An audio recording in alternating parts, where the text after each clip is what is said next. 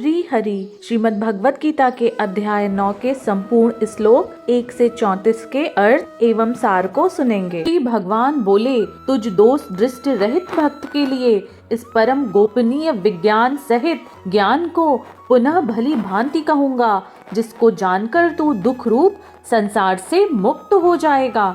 यह विज्ञान सहित ज्ञान सब विद्याओं का राजा, सब गोपनीयों का राजा और अति पवित्र, अति उत्तम प्रत्यक्ष फल वाला धर्मयुक्त साधन करने में बड़ा सुगम और अविनाशी है। हे परंतप, इस उपयुक्त धर्म में श्रद्धा रहित पुरुष मुझको न प्राप्त होकर मृत्यु रूप संसार चक्र में भ्रमण करते रहते हैं। मुझ निराकार परमात्मा से यह सब जगत जल से बर्फ के सदृश परिपूर्ण है और सब भूत मेरे अंतर्गत संकल्प के आधार स्थित हैं, किंतु वास्तव में मैं उनमें स्थित नहीं हूँ। वे सब भूत मुझ में स्थित नहीं हैं, किंतु मेरी ईश्वरीय योग शक्ति को देखकर कि भूत का धारण पोषण करने वाला और भूत को उत्पन्न करने वाला भी मेरा आत्मा वास्तव में भूतों में स्थित नहीं है। जैसे आकाश से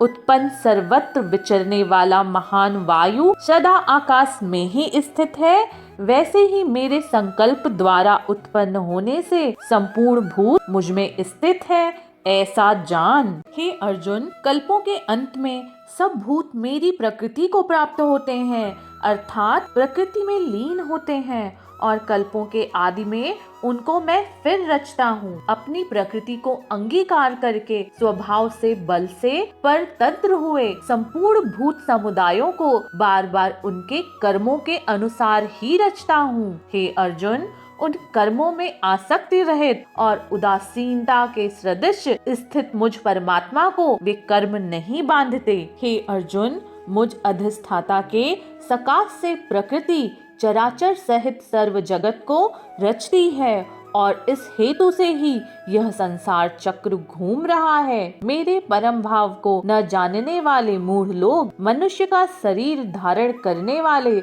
मुझ संपूर्ण भूतों के महान ईश्वर को तुच्छ समझते हैं, अर्थात अपनी योग माया से संसार के उद्धार के लिए मनुष्य के रूप में विचरते हुए मुझ परमेश्वर को साधारण मनुष्य ही मानते हैं। वे व्यर्थ आशा, व्यर्थ कर्म और व्यर्थ ज्ञान वाले विक्षिप्त चित्त अज्ञानी जन राक्षसी, असुरी और मोहनी प्रकृति को ही धारण किए रहते हैं। परंतु हे कुंती पुत्र, देवी प्रकृति के आश्रित महात्मा जन मुझको सब भूतों का सनातन कारण और नाश रहित अक्षर स्वरूप जानकर अनन्य मन से युक्त होकर निरंतर भजते हैं। वे दृढ़ निश्चय वाले भक्त जन निरंतर मेरे नामों और गुणों का कीर्तन करते हुए तथा मेरी प्राप्ति के लिए यत्न करते हुए मुझको बार बार प्रणाम करते हुए सदा मेरे ध्यान में युक्त होकर अनन्य प्रेम से मेरी ही उपासना करते हैं। दूसरे ज्ञान योगी मुझ निर्गुण निराकार ब्रह्मा का ज्ञान यज्ञ के द्वारा अभिन्न भाव से पूजन करते हुए भी मेरी ही उपासना करते हैं, और दूसरे मनुष्य बहुत प्रकार से स्थित मुझ विराट स्वरूप परमेश्वर की पृथक पृथक भाव से उपासना करते हैं।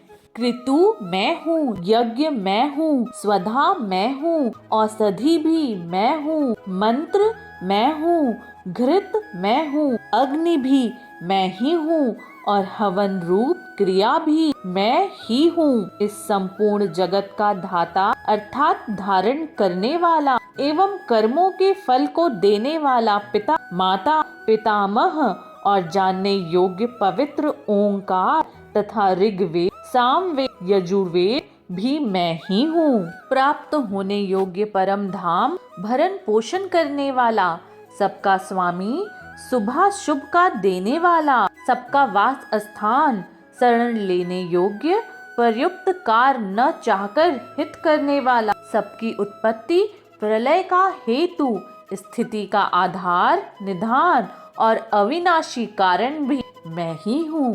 मैं ही सूर्य रूप से तपता हूँ, वर्षा का आकर्षण करता हूँ और उसे बरतता भी हूँ। हे अर्जुन, मैं ही अमृत और मित्य हूँ और सत असत भी मैं ही हूँ। तीनों वेदों में विधान किए हुए सकाम कर्मों को करने वाला, सोम रस को पीने वाले पाप रहित पुरुष मुझको यज्ञों के द्वारा पूजकर स्वर्ग की प्राप्ति चाहते हैं। वे पुरुष अपने पुण्यों के फल रूप स्वर्ग लोक को प्राप्त होकर स्वर्ग में दिव्य देवताओं के भोगों को भोगते हैं। वे उस विशाल स्वर्ग लोक को भोगकर पुण्य क्षीण हो जाने पर मृत्यु लोक को ही प्राप्त होते हैं। इस प्रकार स्वर्ग के साधन रूप तीनों वेदों में कहे हुए सकाम कर्म का आश्रय लेने वाले और भोगों की कामना वाले पुरुष बार बार आवागमन को ही प्राप्त होते हैं, अर्थात पुण्य के प्रभाव से स्वर्ग में जाते हैं और पुण्य क्षीण होने पर पुनः मृत्यु लोक में आते हैं। जो अनन्य प्रेमी भक्तजन मुझ परमेश्वर को निरंतर चिंतन करते हुए निष्काम भाव से भजते हैं, उन नित्य निरंतर मेरा चिंतन करने वाले पुरुषों का योगक्षेम मैं स्वयं प्राप्त कर देता हूँ। हे अर्जुन, यद्यपि श्रद्धा से युक्त जो सकाम भक्त दूसरे देवताओं को पूजते हैं, वे भी मुझको ही पूजते हैं, किंतु उनका वह पूजन अविविधि पूर्वक अर्थात अज्ञान पूर्वक ही है, क्योंकि संपूर्ण यज्ञों का भोक्ता और स्वामी भी मैं ही हूँ। परंतु वे मुझ परमेश्वर को तत्व से नहीं जानते, इसी से गिरते हैं, अर्थात पुनर्जन्म को प्राप्त होते हैं।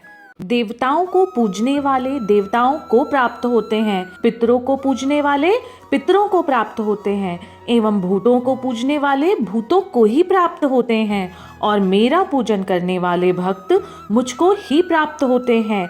इसीलिए मेरे भक्तों का पुनर्जन्म नहीं होता। जो कोई भक्त मेरे लिए प्रेम से पत्र, पुष्प, फल, जल आदि अर्पण करता है, उस शुद्ध बुद्धि निष्काम प्रेमी भक्त का प्रेम पूर्वक किया गया अर्पण पुष्प आदि पत्र सहित सगल रूप से प्रकट होकर मैं प्रीति सहित खाता हूँ। हे अर्जुन, तू जो कर्म करता है, जो खाता है, जो हवन करता है या जो दान देता है और जो तप करता है, वह सब मेरे ही अर्पण कर। इस प्रकार जिसमें समस्त कर्म मुझ भगवान के अर्पण होते हैं, ऐसे संन्यास योग से युक्त चित्त वाला तू शुभ शुभ फल स्वरूप कर्म बंधन से मुक्त हो जाएगा और उनसे मुक्त होकर मुझको ही प्राप्त होगा। मैं सब भूतों में समभाव से व्याप्त हूँ, न कोई मेरा अप्रिय है और न प्रिय है, परंतु जो भक्त मुझको प्रेम से भजते हैं वे मुझ में हैं और मैं भी उनमें प्रत्यक्ष प्रकट हूँ। यदि कोई अतिशय दुराचारी भी अनन्य भाव से मेरा भक्त होकर मुझको भजता है, तो वह साधु ही मानने योग्य है, क्योंकि वह यथार्थ निश्चय वाला है, अर्थात उसने भली भांति निश्चय कर लिया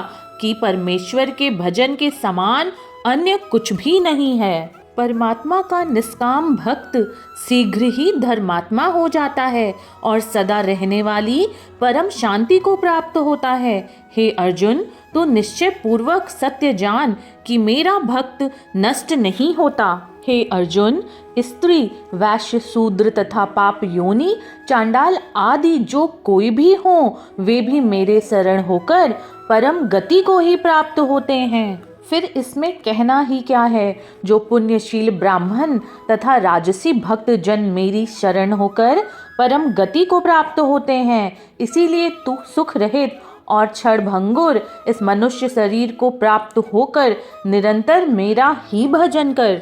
मुझ में मन वाला हो, मेरा भक्त बन, मेरा पूजन करने वाला हो, मुझको प्रणाम कर। इस प्रकार आत्मा को मुझ में नियुक्त करके मेरे परायण होकर तू मुझको ही प्राप्त होगा।